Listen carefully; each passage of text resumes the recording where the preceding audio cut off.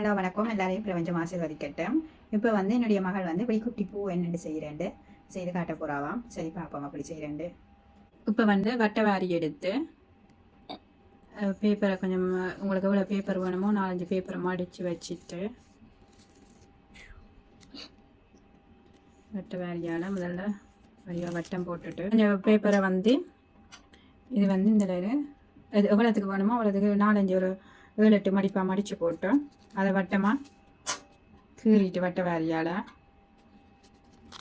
அப்படி வட்டமாக வெட்டி எடுக்கணும்.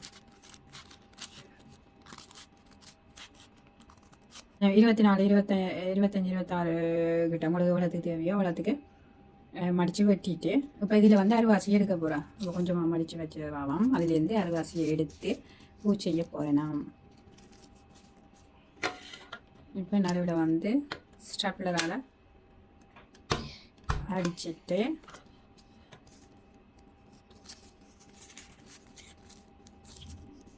இப்படி ஒவ்வொரு பேப்பரை எடுத்து ஒவ்வொரு ரவுண்ட் பேப்பரை எடுத்து இப்படி கையால் இப்படி கசக்கி விடணும்.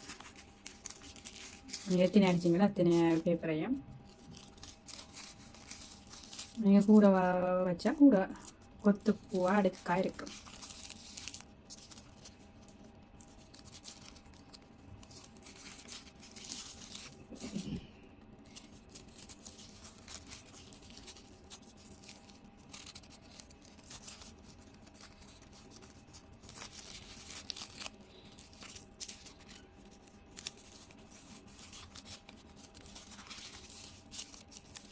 இப்படி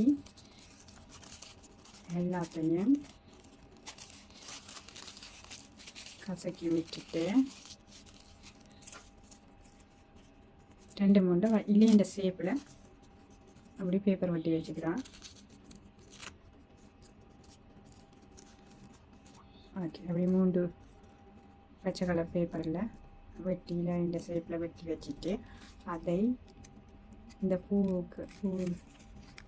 உண்ட இடையில வச்சுட்டு ஸ்டப்பில் அடிச்சு விடணும்.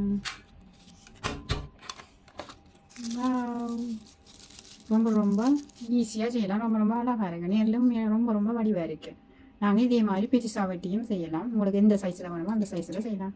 நன்றி. இவ்வளோ நிறைய வீடியோ பார்த்துக்கு ரொம்ப நன்றி. பாய். உண்மையிலேயே ரொம்ப அழகாக இருக்குது.